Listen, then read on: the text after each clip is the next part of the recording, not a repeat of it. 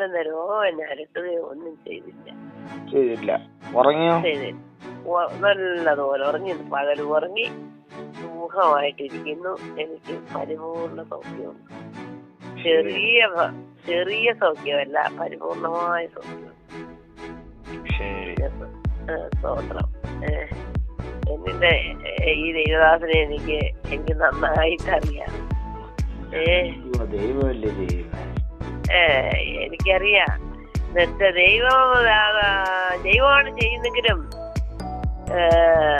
ദൈവം ചില കൃപകൾ പ്രത്യേകം കൊടുത്ത് കൈകാര്യം ചെയ്യാൻ ഏൽപ്പിച്ചിരിക്കുന്നൊരു ദൈവദാസനാണ്. അത് എന്റെ മാത്രം കഴിവല്ല.